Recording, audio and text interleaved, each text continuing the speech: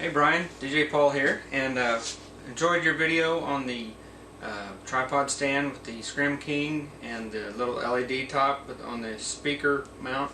A lot of those I've bought in speaker stands before that had that little attachment with it, and have always wondered, what kind of options we might be able to do with something like that. So great video showing that. I'll show you something that I've done probably about a year ago or so. I've got some Mackie 450s, and I'll show you how I mounted some moving heads on those.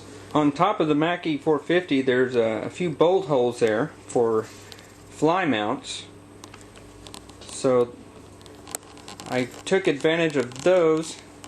I made a little platform.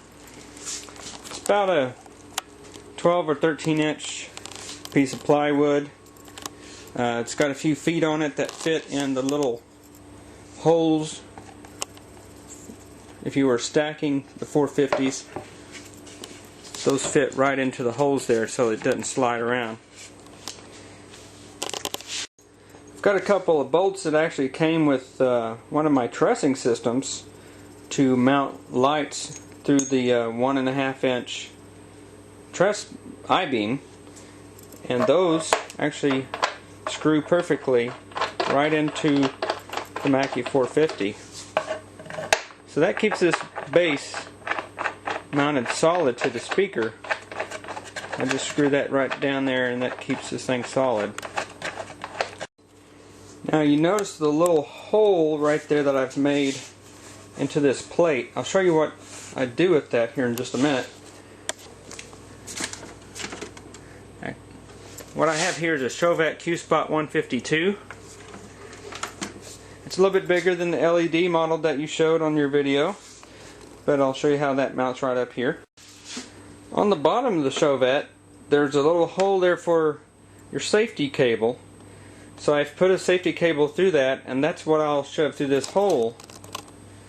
It's not quite as tight as what you would have on your Velcro, and I love that idea. I may implement that in this design as well.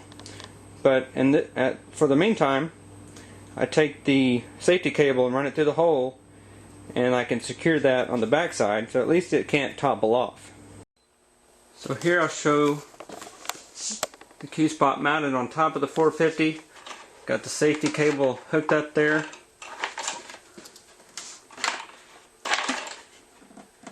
Get it positioned.